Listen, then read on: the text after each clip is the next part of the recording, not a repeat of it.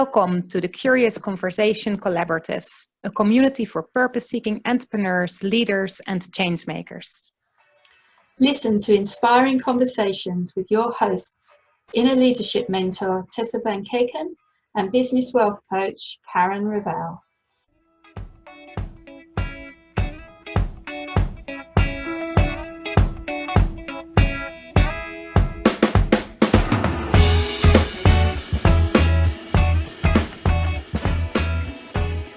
Right, so today we're already on our third episode from the Getting Support team this month.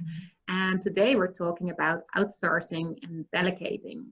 So in the first two episodes, first we spoke about trying to do it all on your own. And then last week we spoke about collaborating and working together. And I think this one is closely linked to that in a way, like that the working together is really, as we talked about, like as equals. Like really doing a project together with someone or anything like that. And today we're really talking more about what to do with those tasks that maybe someone else could also do for you, and maybe even better, but how difficult it can be to actually let go of doing them yourself, particularly when you have put a lot of time and energy in it in the beginning to set up your own business, or even you see this also happening in companies where a manager actually finds it very difficult to let someone else do it. They say to someone else, do this for me, but then they're actually standing over and looking at the person doing it instead of letting them do it by themselves. So I think that's kind of what for us outsourcing and delegating means. But I don't know what you thought, Sarah. Actually, that brings back a memory of a certain, well, a couple actually, but one in particular. I remember in corporate where he would ask me to do something and give you a deadline for, let's just for argument's sake say it was next week, and then 2 days later he'd be looking over your shoulder, have you done it yet? You know, you're going, well, you've got a week to do it. And then you find out he's also asked 2 other people to do it as well, because he's like panicking about it. So it's like he's trying to delegate, but he's then panicking because he's not trusting, and this was the word that I had written down. It's like for me, it's like it really leadership in general, when you're managing a team, is about trust. It's about having people that, you know, first of all, you know, going back to corporate days, is that people, you know, if they're learning something new, you've got to give them the space and that to learn that new process or whatever it is they're doing, their job. But ultimately, you've got to be able to trust that they have the expertise and the knowledge and the skills to do it. And in some cases, hopefully, you're building a team that's going to support you, that they're actually going to have better expertise than you. And it is about giving people that space. As long as you've got the communication in place, and this is whether you're working in an organisation or you're working for yourself, you must have the communication flow in place so that you're getting the feedback and that you're making sure that things are staying on track and you've got accountability in there. But you've still got to trust that these people will do what they're set out to do. Yeah. And so it's about really allowing them to have their autonomy and work, you know, in their time, not in their time frame exactly, because you can agree deadlines and that, but in their own way of how they're going to do it. They're not a mini you. They're not, you know, they're not going to just be a copycat of you and do it your way. And you have to let go of that. That's if you don't let. I think that's exactly it. What you said. It's like the trust in combination with the letting go. Yeah. And I think that starts very much first, again, with your own awareness. This really, first of all, we talked about this before. First of all, knowing what's your zone of genius, stick to that. Know what is not your zone of genius and what you need support with. And again, we spoke about it last week. If that's in a project of working together, then you can complement each other achieving something. When it's about delegating, it's really, as you just said, it's being clear what you expect from someone, what it is that you need. But then once that's clear, let the other person do it.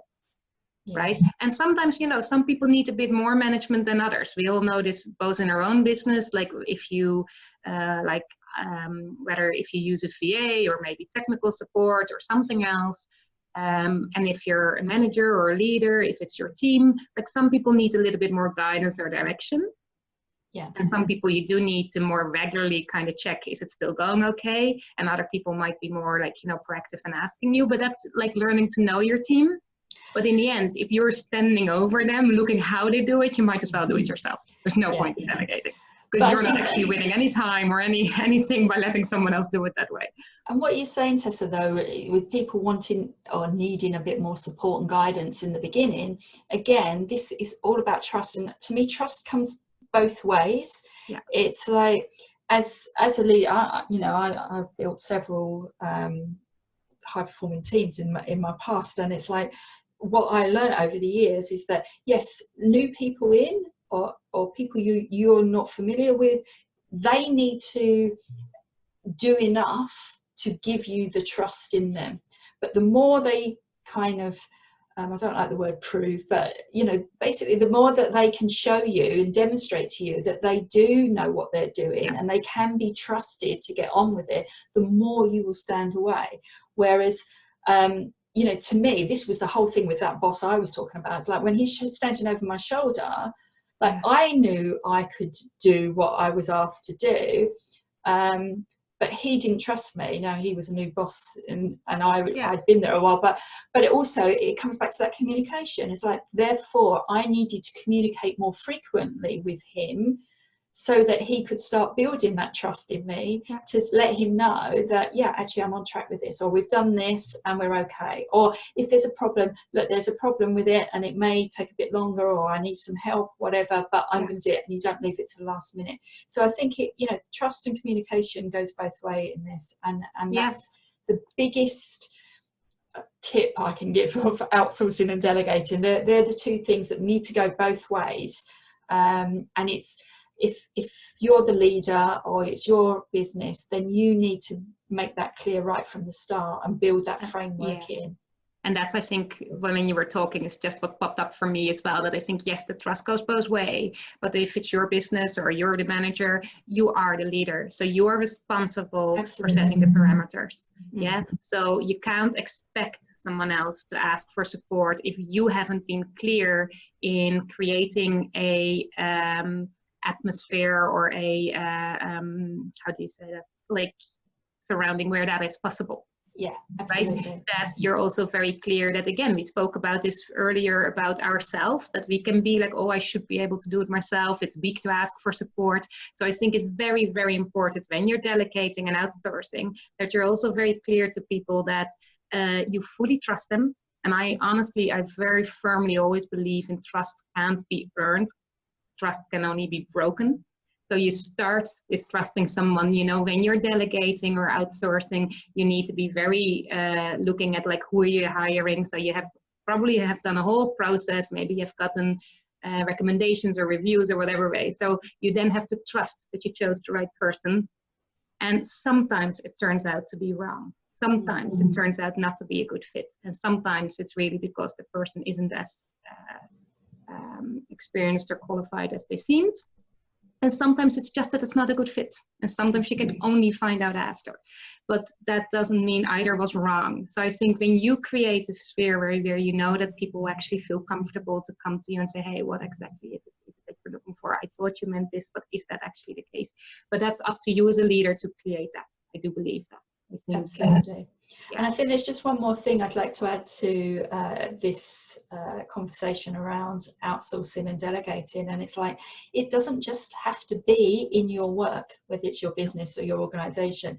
Maybe you need to get some support, get a cleaner in, or get someone who can get your groceries for you, or organize your appointments, your personal appointments, your doctors and your dentist and all of that sort of thing. Or it's getting someone to pick up your children, or pick up your cleaning, or whatever it is. And I think that's actually particularly valid in the beginning, when you're like either starting your own business, or maybe when you've just got a promotion and you're going into a more demanding role, that suddenly your job or your business takes more time, right? Time that you can't spend on other things. And I think that's one of the things, because I think when you to go back to like when you start a business, for instance, that within your business, if it's maybe one service, it's one, you're really a solopreneur, then there might not in the beginning straight away be a reason to hire a VA or have a whole, I don't know, technical team or anything like that, because it's all still quite simple and you can do all that yourself.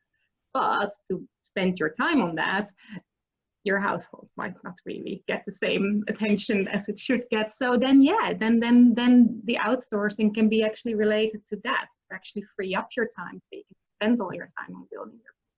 Yeah. Or again, as I said, if you've gotten a promotion or gotten into a more demanding leadership role that just demands more time, then it's the same thing. And just all these things you just mentioned, like, are just so beneficial and will also help you to feel more comfortable or more confident in your leadership role.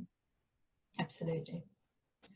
Right. Well, I think next time we're going to dive in more about how you can get support and how you can actually ask for that support, whether it's in your work or whether it's outside.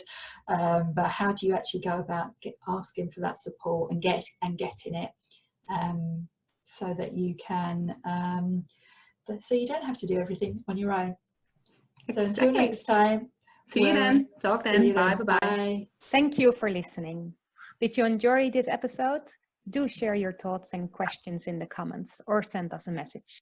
Do you know someone else who'd be interested in our curious conversations? Please share and spread the word. You can find out more about us at KarenRavel.com and TessaVanKeken.com. Tune in next week for another curious conversation.